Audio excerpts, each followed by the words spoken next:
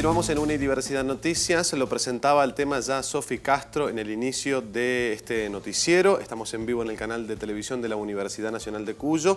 Ya en Uruguay se comenzó a través de las farmacias a vender marihuana para uso recreativo. Un poco la materialización de lo que fue este proyecto de ley que nació allá por el año 2013, Sofi. Así es. En el año 2013, durante el gobierno de José Pepe Mujica, se sanciona esta ley que fue pionera en el mundo. ¿Por qué? Porque es el primer país que regula el Estado el consumo, la venta, la producción del cannabis, tanto medicinal como recreativo. Así que bueno, fue pionero. Estamos acá en el estudio con Juan José Vilapriño. Él es psiquiatra y profesor docente de la Universidad Nacional de Cuyo. José, ¿cómo le va? Hola, ¿qué tal? Buenas noches. ¿Cómo le va, doctor? Gracias por venir. ¿Todo bien? Todo bien. Bueno. Muchas gracias a ustedes por invitarme. Por favor, y gracias por brindarse al debate y al análisis de este tema. Vamos a compartir ahora unas placas y más información como disparador antes de meternos en la charla con el doctor Vilapriño. Por ejemplo, ¿qué países en el mundo? Decíamos que Uruguay es pionera por el control del Estado sobre esto, pero ya han habido algunos avances o situaciones similares en otros países del mundo ya hace mucho tiempo atrás, ¿no? Sí, así es. Como vemos en pantalla, por ejemplo, en Holanda, el consumo y la compra de cannabis es legal y está permitido en pequeñas cantidades y se vende en los conocidos coffee shops. Exactamente. En Estados Unidos, desde el 2014, es legal la venta de marihuana para uso recreativo en coffee shops, pero solo en 2 estados, Colorado y Washington. Bien. Vamos a ver la siguiente placa. Bueno, ahí tenemos la situación de Uruguay, como comentábamos recién, y el consumo despenalizado está en Italia, Suiza, Alemania, Bélgica, España y Portugal. Por ejemplo, en otros países como Argentina, Chile, Noruega, Finlandia, Suecia o China, la situación es que el consumo es un delito. Recordemos que en nuestro país se sanciona la ley en el pasado mes de marzo que permite el uso del cannabis medicinal, pero el autocultivo sigue penalizado.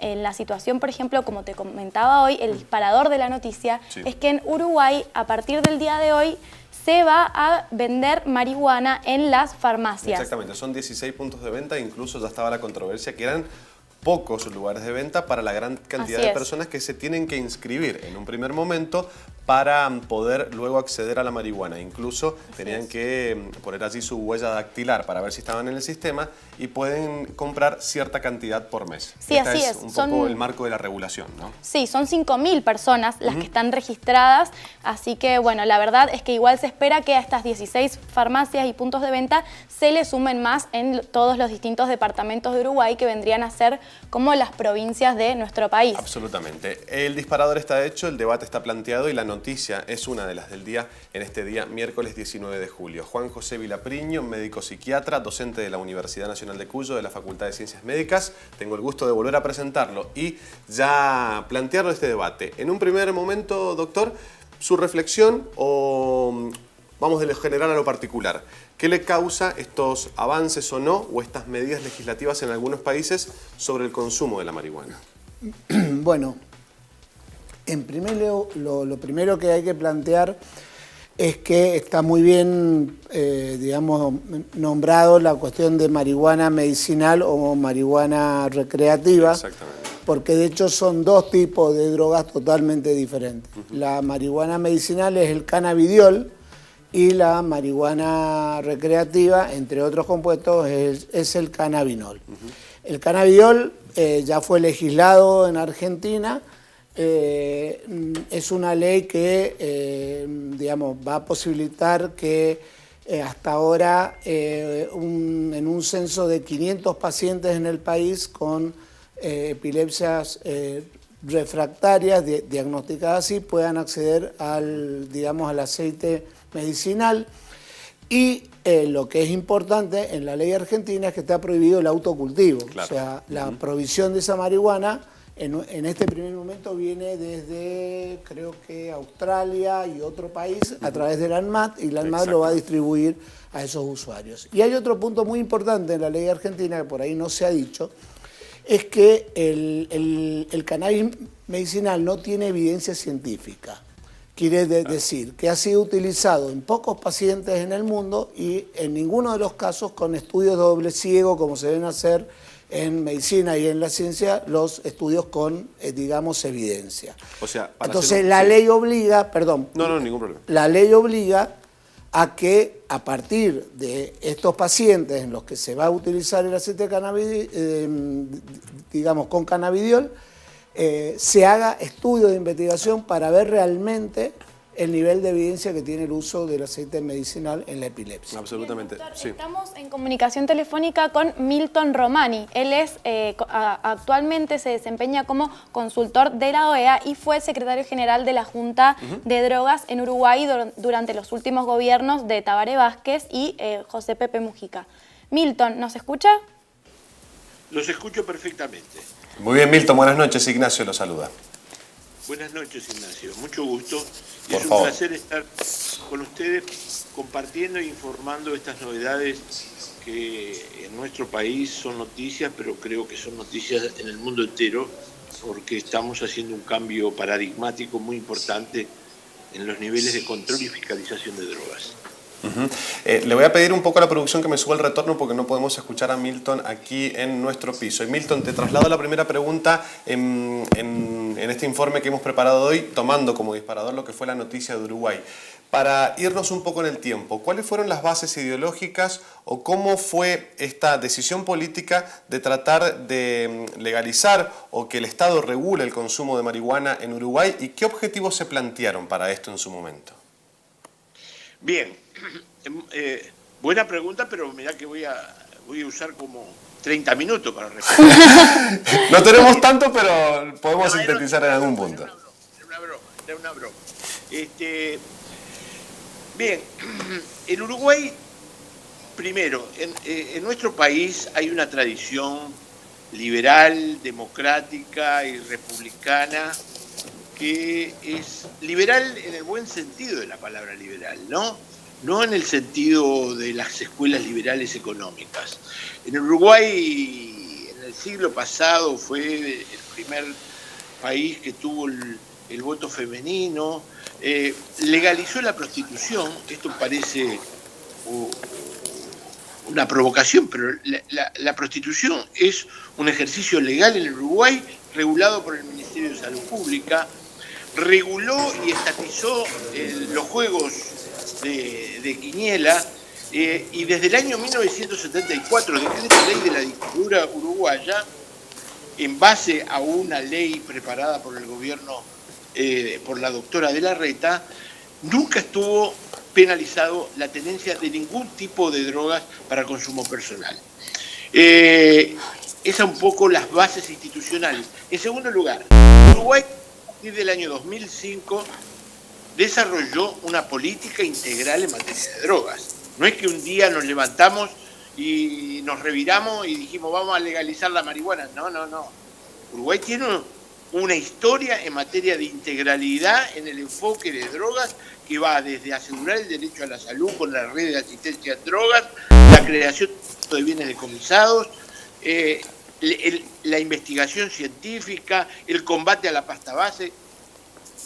Y, en tercer lugar, cuando ingresamos a la Comisión de Estupefacientes de Naciones Unidas, junto con la Argentina, copatrocinado por la Argentina, Suiza, Bolivia y la Unión Europea, presentamos una declaración de debida integración de los instrumentos de derechos humanos con las políticas de fiscalización de drogas, que costó una batalla diplomática muy grande porque tenemos 100 años de prohibicionismo que pretendió que con la prohibición terminábamos con los daños de las drogas y que eso derivó en lo que se conoció en nuestro continente como la guerra contra las drogas, que como bien dice Kofi Annan, ex secretario general de Naciones Unidas, en realidad fue una guerra contra las personas.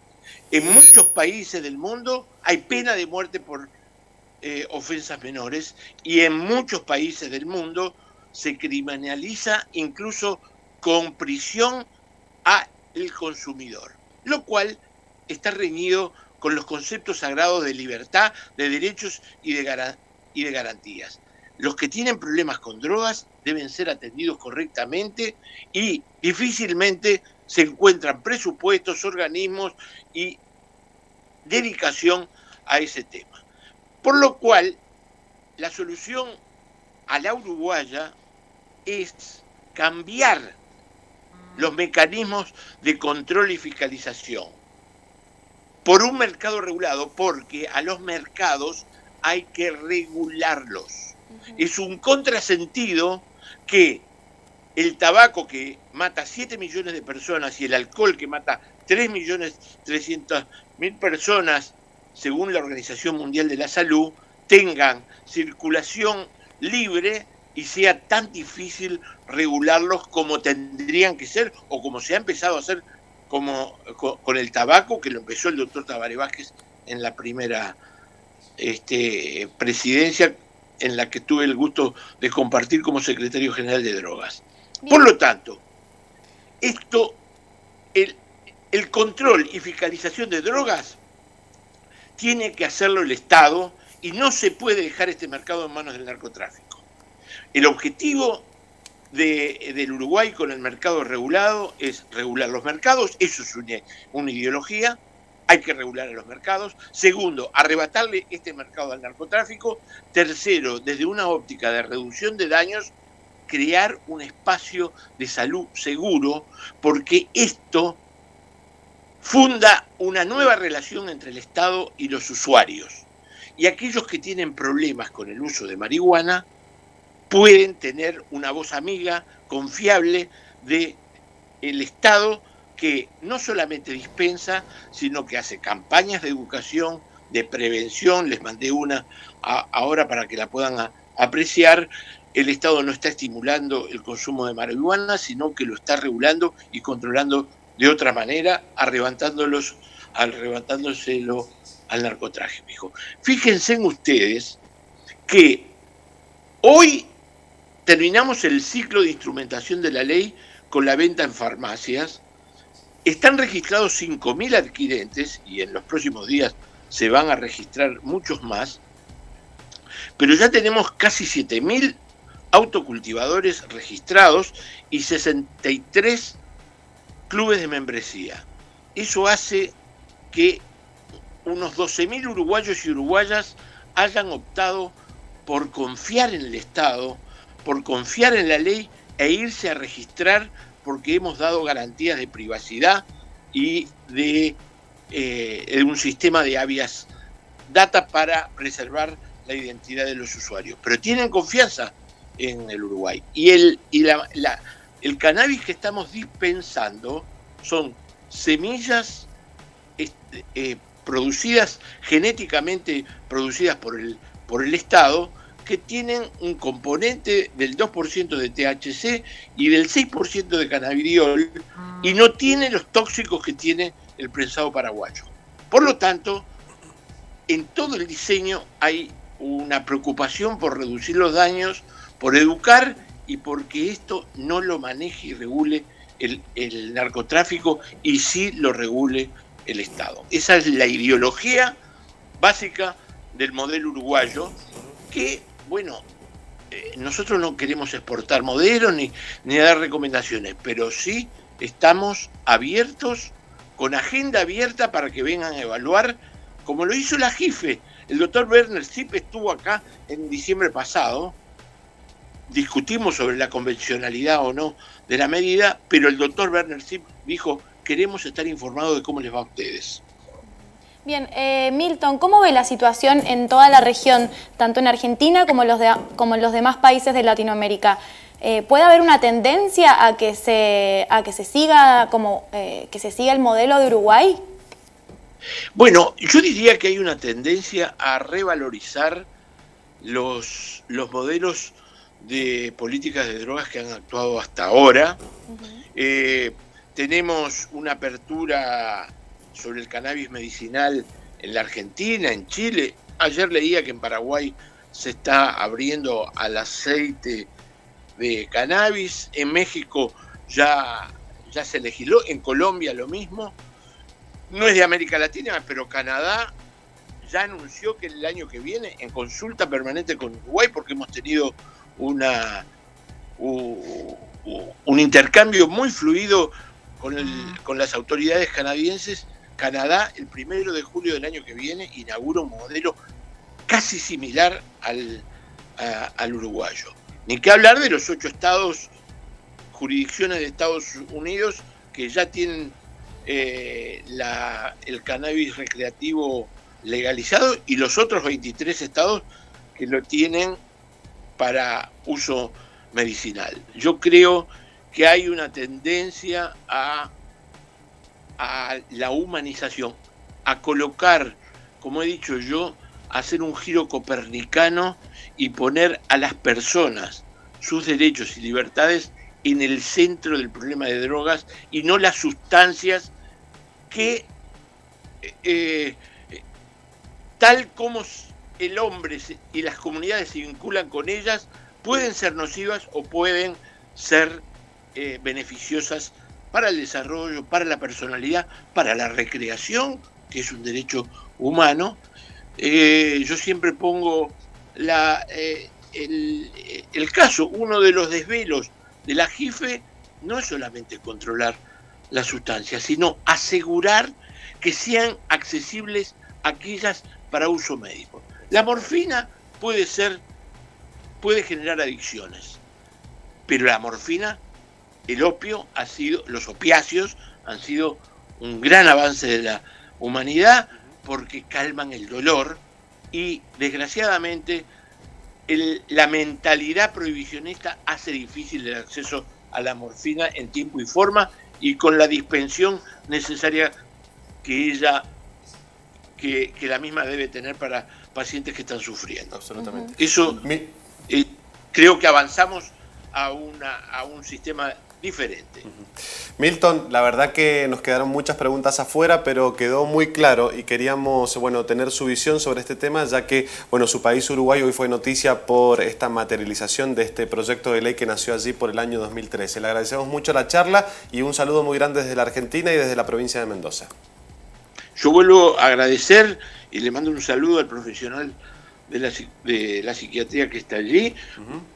Vuelvo a agradecer el interés de ustedes, estamos abiertos a todas las preguntas, a todas las informaciones y los que quieran venir a evaluar y monitorear con nosotros, las puertas están abiertas. Absolutamente. Un saludo muy grande, muchísimas gracias, Muchas gracias. Milton. Hablábamos con Milton Romani, ex director de drogas de Uruguay y ex embajador uruguayo ante la OEA. Cerramos este informe y arrancábamos en realidad también hablando de esto con Juan José Vilapriño, médico psiquiatra y docente de la Universidad Nacional de Cuyo. Él ya hizo una diferenciación entre el uso recreativo y el uso medicinal de la marihuana, tomando el disparador de la noticia de la situación en Uruguay.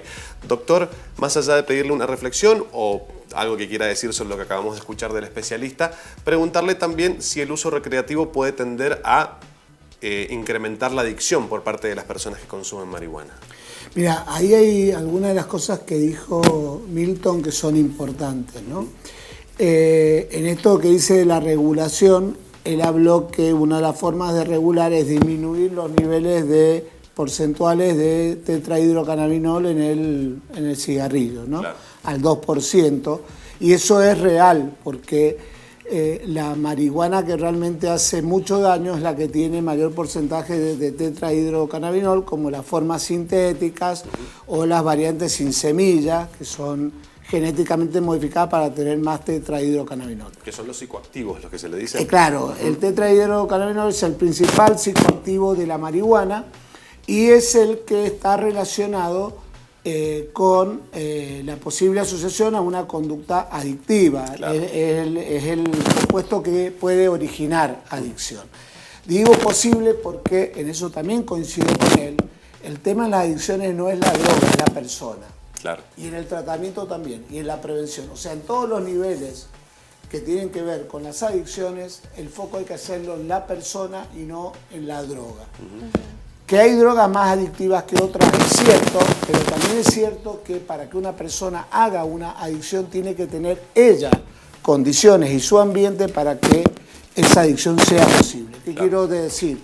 Que en la medida en que la gente haga foco en las juntas y en la droga y no se ponga a pensar qué está pasando a nivel de la familia de esa persona que consume, ahí es donde más se favorecen las adicciones. Claro, porque en realidad la forma de tratarla y de prevenirla tiene que ver con que, apuntar a que tanto la persona que consume como su familia vean que este fenómeno empieza desde que el adicto tiene 1 año o tiene 6 meses de vida, porque, y esto es lo que las neurociencias modernas traen como, digamos, aporte, es que el problema en la drogodependencia tiene que ver con la toma de decisiones y con la resolución de problemas. Inclusive es la forma moderna en que se mide la inteligencia. La inteligencia a partir de hace 5 años es aquel que sabe resolver problemas y sabe tomar decisiones.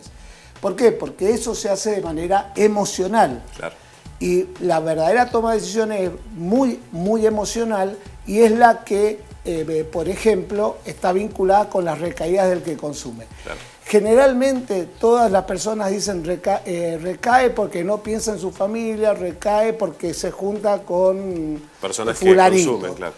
El que recae porque el que consume la pasa mal, no la pasa bien. Eso es lo primero que a veces hay que decirle a la gente. Hay un estigma del adicto como aquel que perjudica a los demás y que busca placer. Y la verdad es que la droga en el cerebro, en los primeros 10 contactos, genera dopamina, que es placentera, pero después genera glutamato, que es displacentera, y en realidad el adicto, no tanto en la marihuana, todo es más alcohol y cocaína, consume para aliviar el malestar. O sea, consume, recae para no pasarla mal, no para pasarla bien. Juan José, una última pregunta le hago. ¿Qué opina usted entonces de la legalización del consumo para uso recreativo? Como decía recién Milton Romani, en la marihuana, estadísticamente, hay muchas menos muertes que, por ejemplo, otras adicciones como, por ejemplo, el tabaco, el alcohol y demás. Están legalizadas. Claro, que están legalizadas, y también otras drogas de laboratorios, como lo son, por ejemplo, psicofármacos y demás. ¿Qué opina usted, entonces? Si se llega a legalizar, entonces, el consumo recreativo, ¿va a estar más controlado por el Estado? ¿Cómo ve que en nuestro país esto puede afectar y cómo está preparada la población y el Estado? En primer lugar, vos mencionaste los psicofármacos. Los psicofármacos, en general, en Argentina y en todo el mundo, los que pueden generar algún tipo de letalidad se sacan del mercado. O sea que yo no los pondría dentro de los productos que pueden ser de riesgo.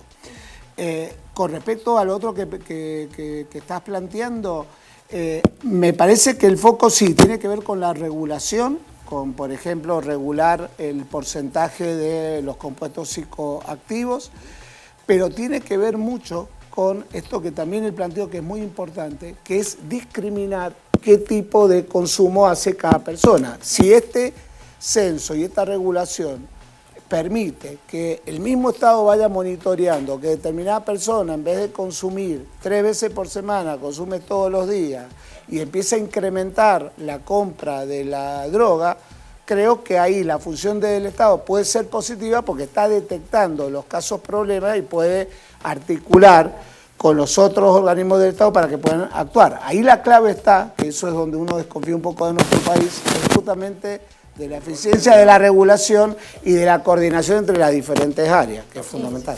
Doctor Vilapreño, ha sido un gusto que haya venido aquí y a debatir y a analizar este tema. Muy bien. Muchas gracias. Muchas gracias por invitarme. Por favor, hacemos una pausa y ya venimos con más información.